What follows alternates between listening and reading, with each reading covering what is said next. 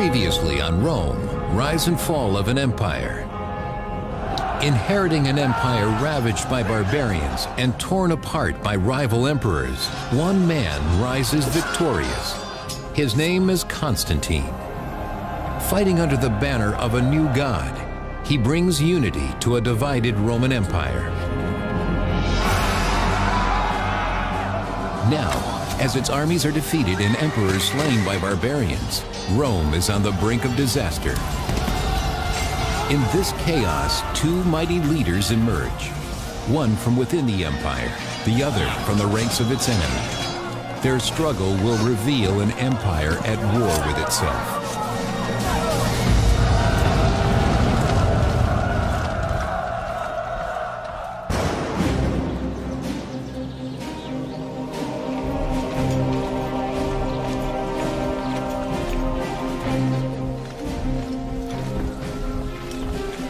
On the edges of the empire, Roman soldiers march off to defend the frontier villages from attack. A young boy named Stilicho proudly watches his father among them.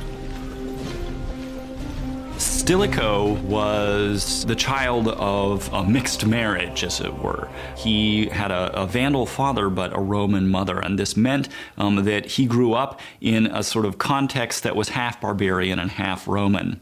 This was not atypical of people in this period, and above all, of people who were associated with the army. Stilicho dreams of becoming a soldier like his barbarian father, fighting to protect the great empire. By this time, a sizable percentage of the officer corps was of what you might call barbarian ancestry. These are men who were recruited, worked their way up the ranks. The next generation, they become the generals.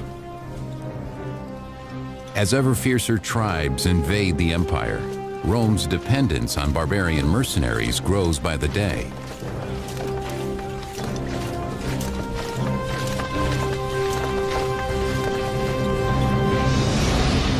Under pressure to protect its expansive frontiers, the empire divides in two.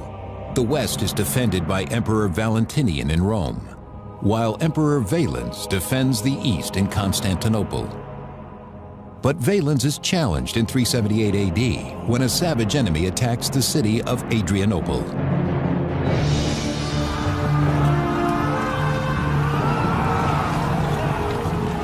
They are the Goths, and what they want is Roman land. They intend to destroy the Roman forces with muscle, steel, and fire, knowing the heavily armored Romans will quickly feel the heat as the battlefield burns.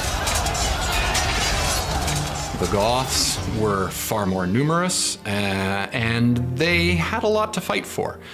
They'd been badly treated by the Romans, they'd been sold into slavery, they really had nothing to lose. During the Battle of Adrianople, Emperor Valens' soldiers are no match for the savage and relentless barbarian warriors. They attack, and everybody is pushed to the right. The Romans always edge to the right anyway, because you want to keep that right shoulder under the shield of the guy next to you. Now this is accelerated. Everybody compacts around the emperor because he's on the far right, the point of honor, and his men won't move. So we have this acceleration, this compactor process. The Goths come out of this circular deployment and surround the Romans and cut them down. The Emperor Valens himself falls on the battlefield, forced to fight for his life. It is a fight he quickly loses, sending his shocked soldiers into panicked retreat. When an ancient army breaks, mass slaughter always ensues. What made Adrianople even worse was that the Roman army was partly surrounded, and not everybody could run, so that in their haste to get away, Roman soldiers ended up killing one another, trampling on one another, and suffocating to death, simply in the vast confusion. 2/3 of the Roman army is lost. The late Roman historian, Ammianus Marcellinus, describes the carnage.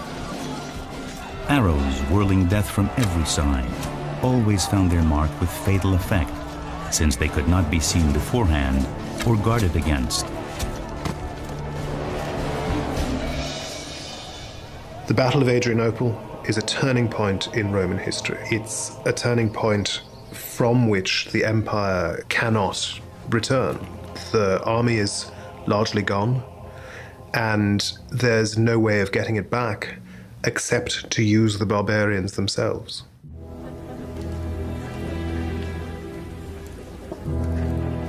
The new Eastern Emperor, Theodosius, does just that.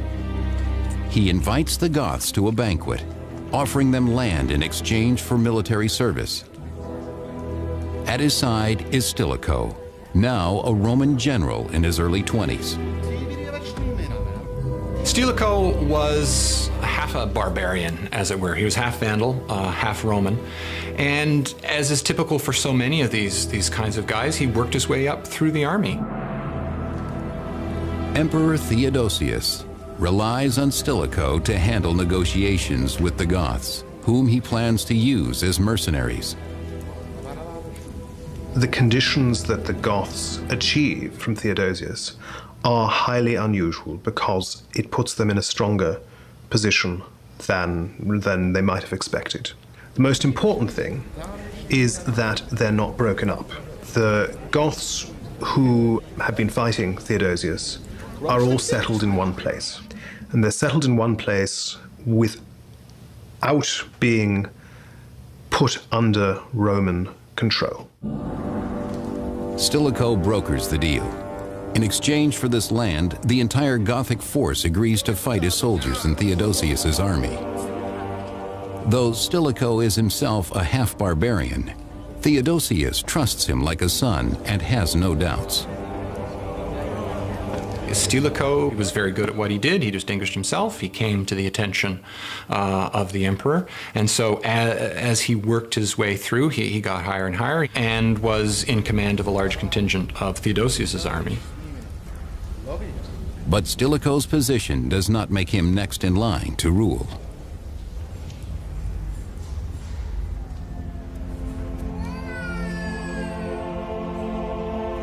That honor falls on the emperor's biological sons, Arcadius and Honorius, who is born in Constantinople in 384 AD. Yet Stilicho enjoys a royal connection as well. Stilicho was actually closely related to the Emperor Theodosius. He had clearly been selected from among the many barbarian or semi-barbarian generals as a future leader. So much so that the Emperor Theodosius had married Stilicho to his own niece, and this marriage was a strong point in cementing Stilicho's relationship with the imperial house throughout the course of his life. Though chosen by the emperor to lead, Stilicho's power will always be limited. As a barbarian or a half-barbarian, there was no way he was going to be emperor. That was it. Nonetheless, Emperor Theodosius knows he can rely on his most trusted general to help manage the Eastern Empire's biggest problem, the Goths.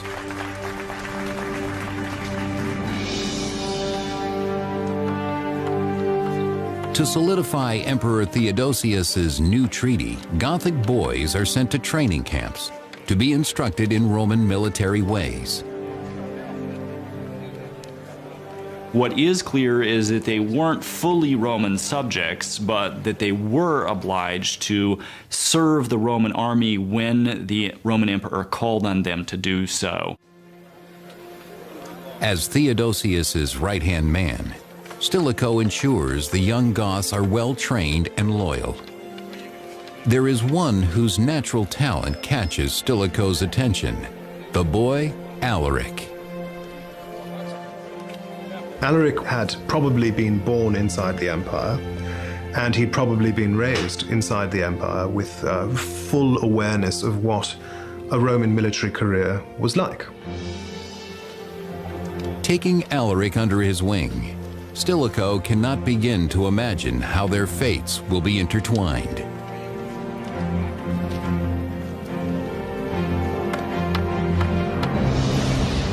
Over the next decade, The Eastern Empire grows stronger under the combined rule of Stilicho and Emperor Theodosius.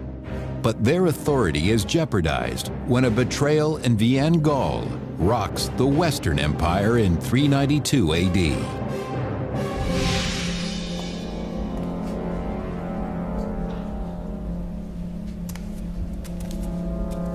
While sleeping in his palace, the Western Emperor Valentinian II is murdered by his barbarian guardian Arbogast, who then disguises the death as a suicide.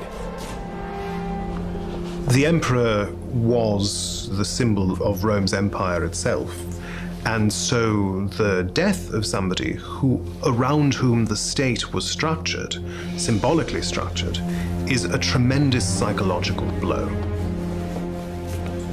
Worse still, the Western Empire and its army fall under the control of the ambitious barbarian Arbogast. The usurper is now a threat to the Eastern Empire as well.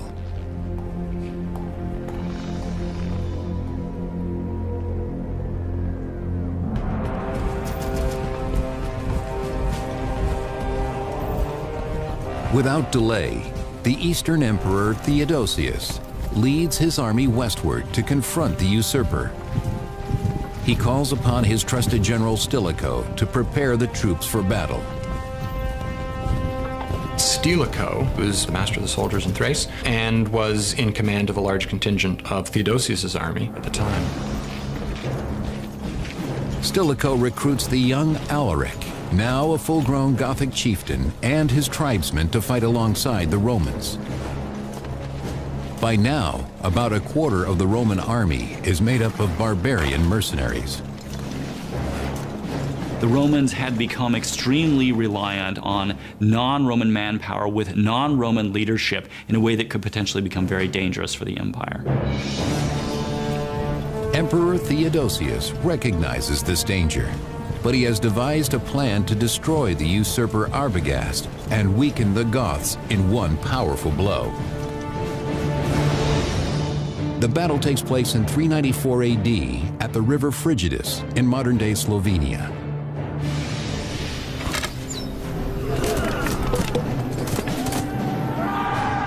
There, confronted with Arbogast's army, Emperor Theodosius orders Alaric and his Goths into battle first, preserving his Roman troops. He almost certainly deliberately put them on the front lines for the very first engagement, knowing that that was the most dangerous position for them. He probably hoped that as many of them would die as possible and yet still achieve victory. The Goths fight for their lives, but Arbogast's forces, hungry for blood and booty, cut them down.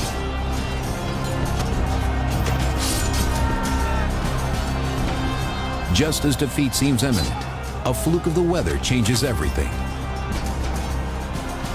It just so happened that the way that the troops were lined up, the winds were blowing very much against the forces of Arbogast and for the forces of Theodosius, so that the projectiles that were shot and thrown on the part of Arbogast's army failed to reach or have any effect on Theodosius's army.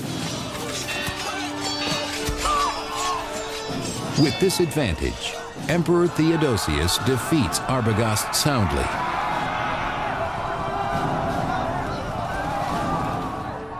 But in the process, he has made a dangerous new enemy. As Alaric searches the bodies of the fallen Goths for survivors, Theodosius's betrayal cuts deep. When the Goths were put on the front lines and used as cannon fodder or missile fodder for the troops of Arbogast, Alaric must have been furious. Never again will Alaric allow his people to be mere casualties of Roman glory.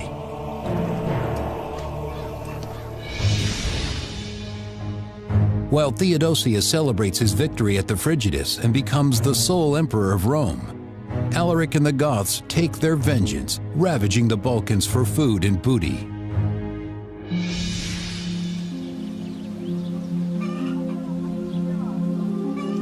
There, Roman farmers, unarmed and vulnerable, are completely unprepared for the wrath of the Goths.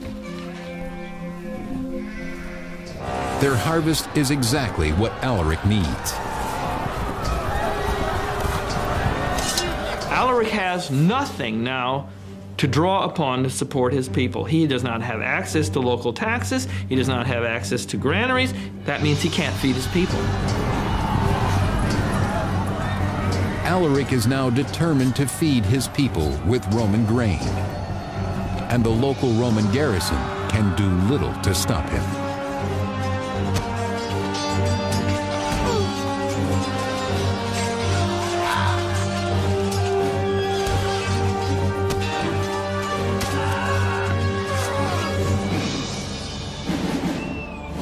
Emboldened by their success, the Goths now declare Alaric their king. With Alaric, they become the first barbarian people to create a kingdom inside the empire. Alaric is very important because what he does is really forge the Goths as a single political unit and really create from a band of soldiers a people. Alaric's Gothic kingdom is unchallenged for now, as the empire faces other, more critical upheavals. In 395 AD, when Emperor Theodosius falls ill and dies, the empire is divided once again. His teenage son Arcadius is made Emperor of the East in Constantinople, and his 10-year-old son Honorius becomes Emperor of the West in Rome.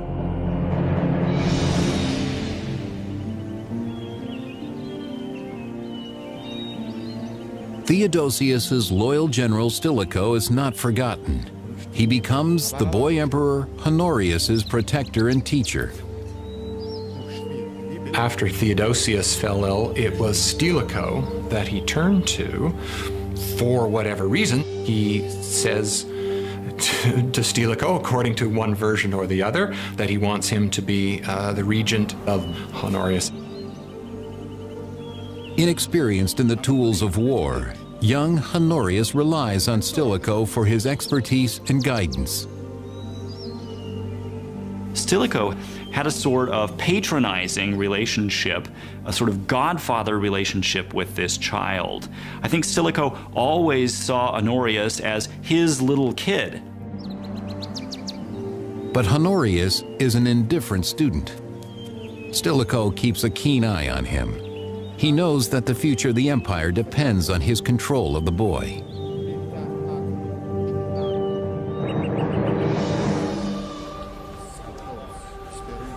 In 397 AD, Stilicho secures his hold on Honorius by marrying the young emperor to his daughter. What he was really interested in is having his grandson be emperor, because he married his first daughter, Maria, to Honorius. So clearly he wanted Honorius's son and his grandson to be emperor. So that would be the only possible way that he could have direct familial influence over the next emperor.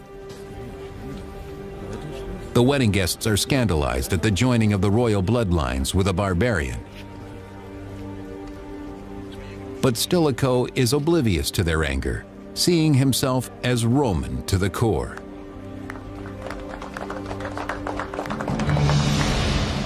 But Stilicho's power in Rome does not extend to the other young emperor, Arcadius, in Constantinople.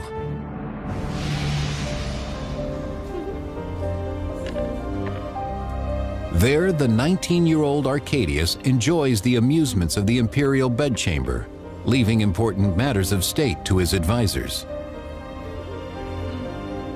Well, the fact that Theodosius, had he been alive to see his sons try to operate without his presence, would have been greatly disappointed. Of that, there can be no doubt.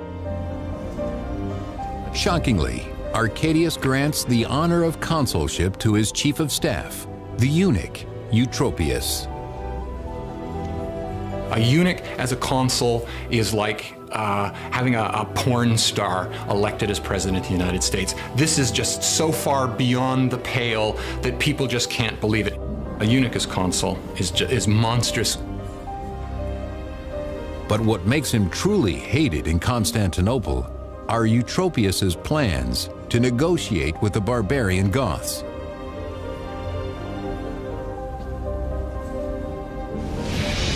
For 3 long years, Alaric and the Goths have raided the Balkans, pressuring Emperor Arcadius in Constantinople to give him the land that his people so badly need.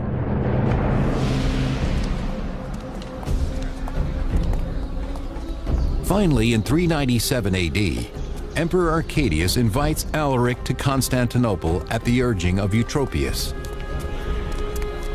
Indifferent to politics, the emperor leaves the negotiations to the eunuch. Eutropius executed an agreement between the Eastern court and Alaric. And Alaric, this Gothic leader, certainly saw in that a tremendous advantage, particularly the advantage of being able to gain supplies and potentially land from the Eastern court. In return, Alaric promises the Goths will once again fight for the Eastern Empire. But this deal leaves the people outraged. The Goths had regularly confronted the Romans in battle and actually defeated the Romans in battle. The Romans, therefore, had a huge amount of not so carefully disguised distaste for the Goths. Poisoned with hatred for their one-time enemies, the angry people will not be satisfied until the streets of Constantinople flow with Gothic blood.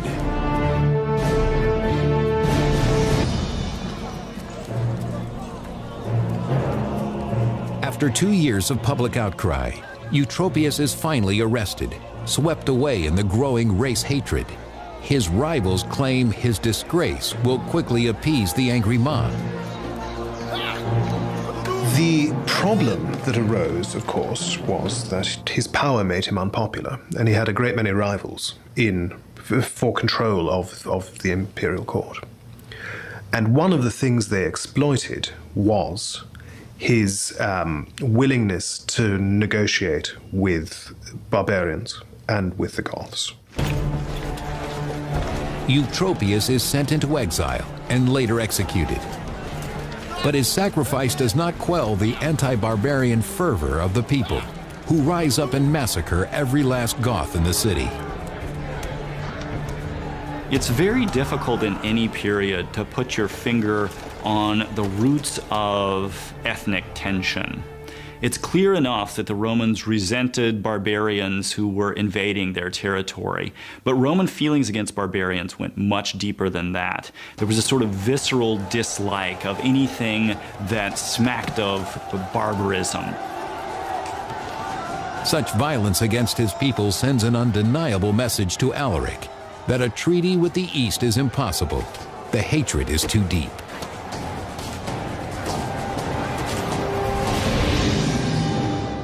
A desperate Alaric takes his people west to Italy, hoping to gain a favorable treaty from General Stilicho instead.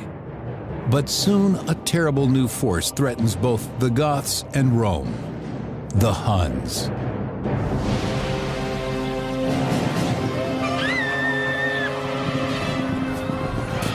Sweeping into the tribal villages at the margins of the empire, the Huns attack and destroy everything before them. Well, the Huns were moving west.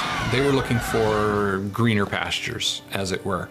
And they're forcing the various Germanic tribes, the nomadic tribes, the settled tribes, to move out of their way. The Huns are nasty, they're ruthless, and no one wants to be near them. But to all intents and purposes, they're forcing the others ahead of them like a bow wave in front of a boat. And people are trying to get out of the way. Those who do not flee the savage horsemen are cut down with brutal precision. For the Huns leave no survivors. The Hunnic invasion forces other barbarian tribes deeper into Roman territory.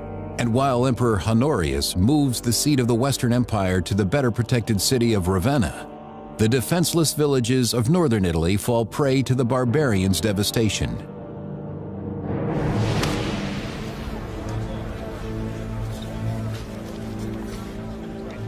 The dwindling Roman forces are overwhelmed. In the Italian field hospitals, General Stilicho watches the numbers of fallen soldiers grow daily, depleting an already sparse army. And I think that's one of the main problems that Stilicho faces. He just doesn't have a proper standing army. And it then becomes the major problem of the West. Throughout the 5th century, there isn't a standing army. Something happens, you gotta run around, pay guys, gather sort of whatever mercenaries and whatnot you can, and get off to the battlefield as quickly as you can. With each soldier he loses, Stilicho grows more desperate. In order to defend Italy, he needed more troops.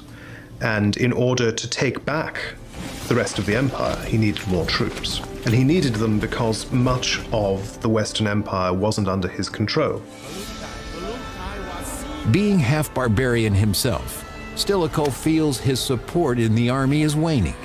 Now he has no choice but to turn to the one person who can help him secure more troops. The Gothic king, Alaric.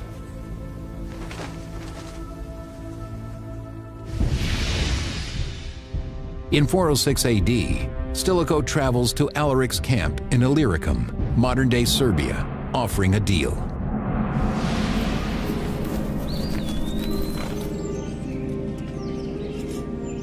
Alaric, eager for a treaty with Rome, welcomes Stilicho to his camp. Stilicho brings his old friend Alaric a gift to warm the Goth to his request. Stilicho desperately needed troops. There simply weren't enough Roman troops in Italy to go around. And the only reservoir of manpower was Alaric and his Goths. Stilicho also offers Alaric the position he's always wanted. In 404, he wants Alaric to be given a Roman command, and he's given a Roman command so that Stilicho can then use him as an army to capture Illyricum, so that he can then use that as a launching pad. Stilicho desperately needs Illyricum, a recruiting ground for soldiers that now belongs to the Eastern Empire. Alaric agrees to help him take it for the West, offering Stilicho a Gothic sword as a symbol of their treaty. From Alaric's point of view, this was a very good thing. He needed some way to keep his followers occupied so that they didn't simply drift away. He needed some way to keep them fed so that they didn't mutiny or depose him. Stilicho promises Alaric that his Goths will be well paid by the grateful Western Emperor Honorius. The two men embrace as allies once more.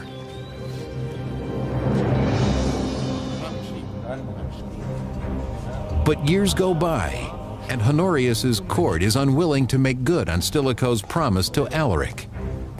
Stilicho finds he has lost influence over the young emperor. By now, Honorius is a full adult, doesn't need a guardian anymore. Stilicho's position versus Honorius's court, the inner circle, that is a very difficult one, because as Honorius grew into adulthood,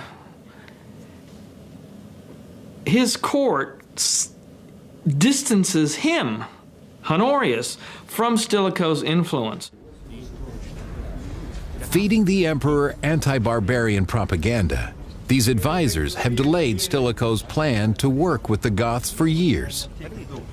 The Goths now demand to be paid for their services promised. Stilicho needs to come to the Roman Senate, and he needs to ask that the senators themselves produce 4,000 pounds of gold in order to pay off the Goths for this. He has to do so in many ways over the protests of Honorius, so it's very clear that the two of them are beginning to part ways at this point. But Stilicho warns Honorius that if Alaric is not paid, the Goths will revolt, an event the emperor may not survive. Honorius at first agrees to this, but then his personnel official, who's named Olympius, believes that Stilicho is trying to do this so that Stilicho himself can set up his son, Eucharius, on the Eastern throne. Scared and confused, Honorius believes Olympias's claims, making a decision that will spell disaster for both Stilicho and the Western Empire.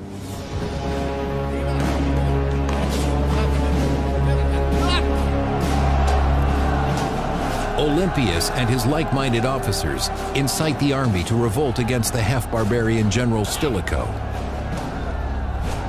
And so Olympias then starts sowing all sorts of rumors amongst the troops as well. The troops riot in August, and they call for the death of Stilicho. Swayed by Olympias's slander, Emperor Honorius responds by issuing a decree against Stilicho. Honorius had many courtiers willing to play upon his fears, to suggest to him that Stilicho was seeking the throne for himself or for his son, and the emperor's mind was really poisoned against Stilicho. Stilicho is himself declared a public enemy, and many of his supporters are massacred in cities throughout Italy.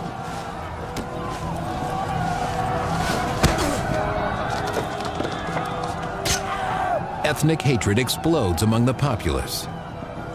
5th century chronicler Orosius. Stilicho was sprung from the barbarian Vandals, that cowardly, greedy, treacherous, and crafty race. The racially motivated violence is brutal, and the victims are quickly overwhelmed. Determined to cleanse the empire of all barbarians, the Romans now hunt for the general himself.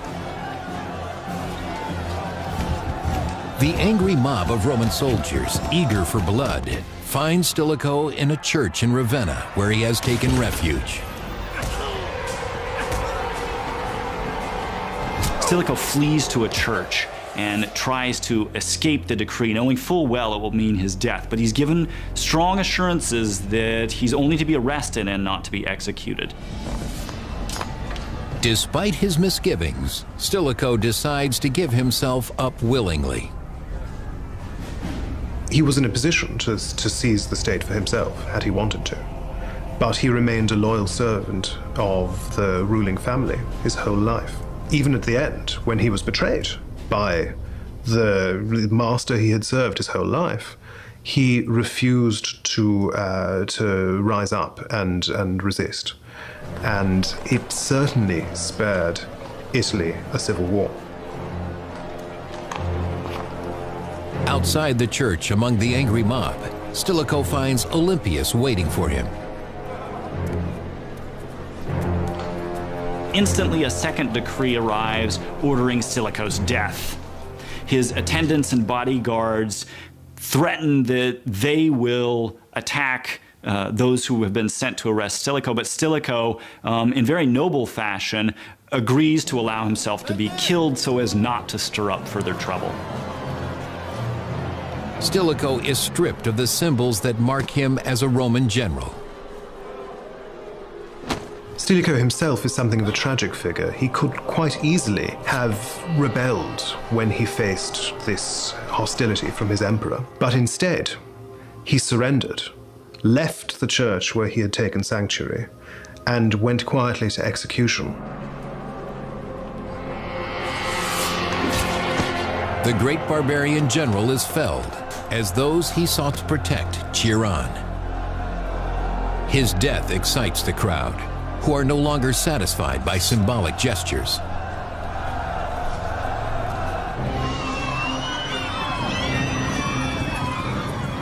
Their hatred of the Goths soon spreads beyond Ravenna to cities throughout Italy.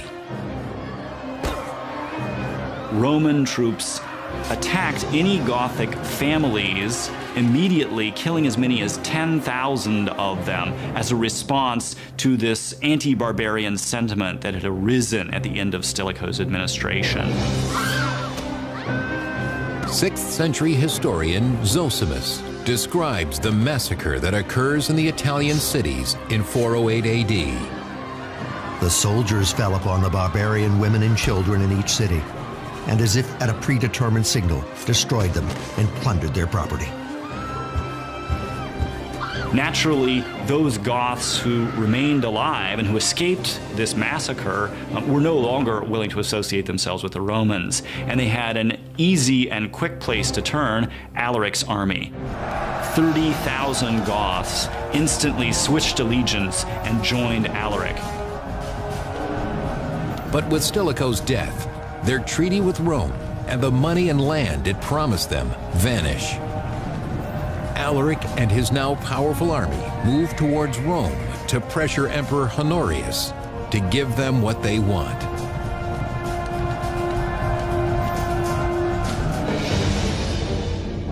Alaric and his tribesmen invade Italy and lay siege to Rome in 410 AD. But Emperor Honorius, safe in Ravenna, refuses to negotiate with the Goths.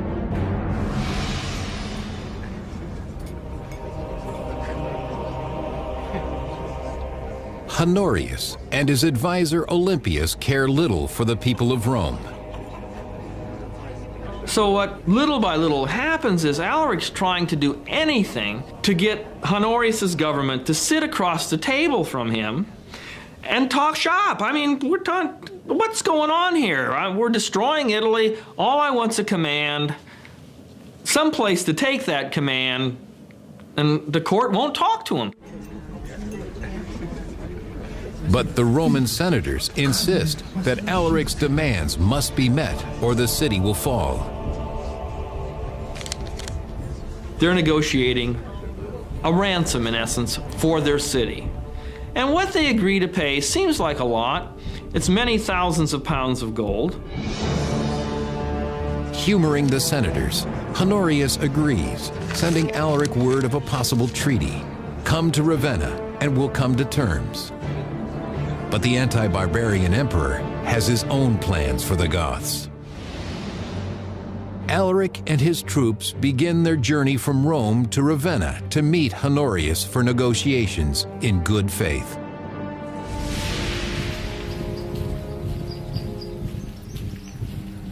But along the way, Alaric is ambushed by a group of mercenaries working for the emperor.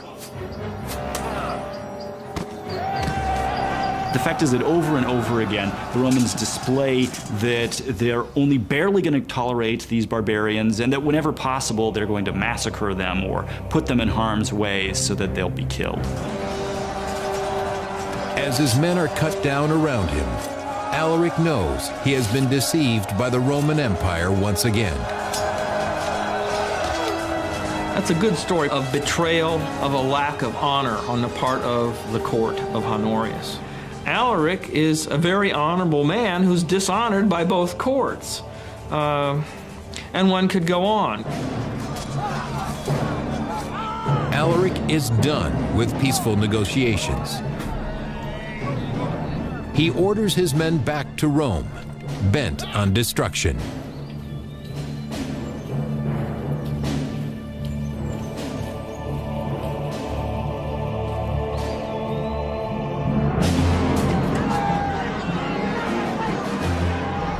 The Goths break through the gates of Rome in 410 AD and at long last enter the ancient Roman capital. For the first time in 800 years, the great city is sacked. It's important to realize that Alaric didn't want to sack Rome, and he did not want his army to sack the city. It was a decision made out of frustration at the fact that really 2 years' worth of negotiation had failed to get him anything that he wanted. And in the end, he saw no other way forward but to allow his army to sack Rome. Unlike the Romans, who so recently slaughtered thousands of Goth women and children, Alaric orders his soldiers to show restraint.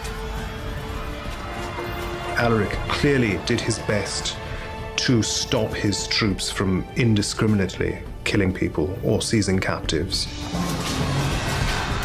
Nonetheless, for 3 days, the Goths plunder the riches of Rome, taking all they can carry.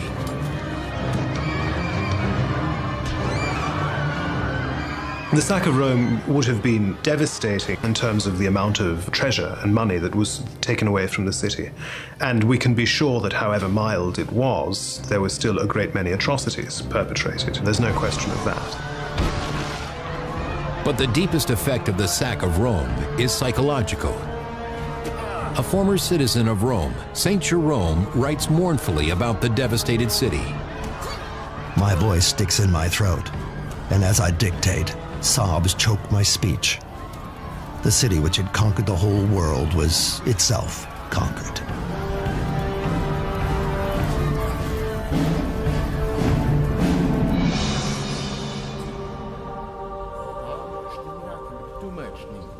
In response to this attack on the very heart of the empire, Emperor Honorius does nothing.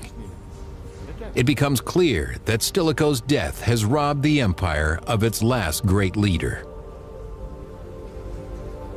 Honorius is, in a sense, a captive courtier figurehead, alone in his palace, surrounded by courtiers, with no real sense of what's going on in the world, or anything else, for that matter.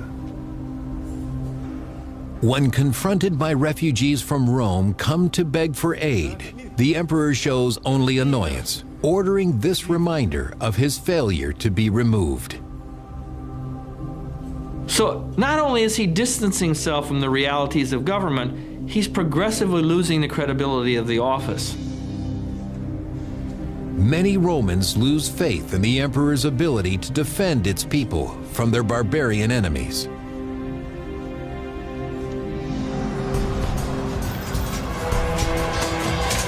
Their fears will be justified.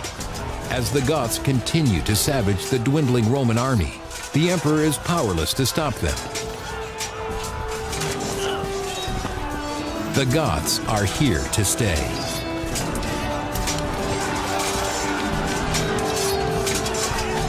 The Gothic kingdom that grows out of Alaric's following is the first real successor to Rome in the West. It's the first part of Roman territory to fall away, and it's the first of many. Over the next 40 years, barbarian tribes will continue to pour across the vulnerable borders of the empire, taking large regions of Roman land.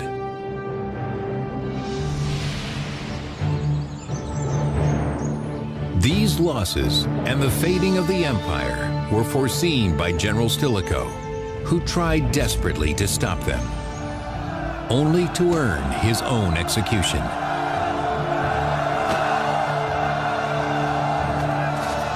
Stilicho's tragic downfall foreshadows the terrible and irreversible fate of the empire itself.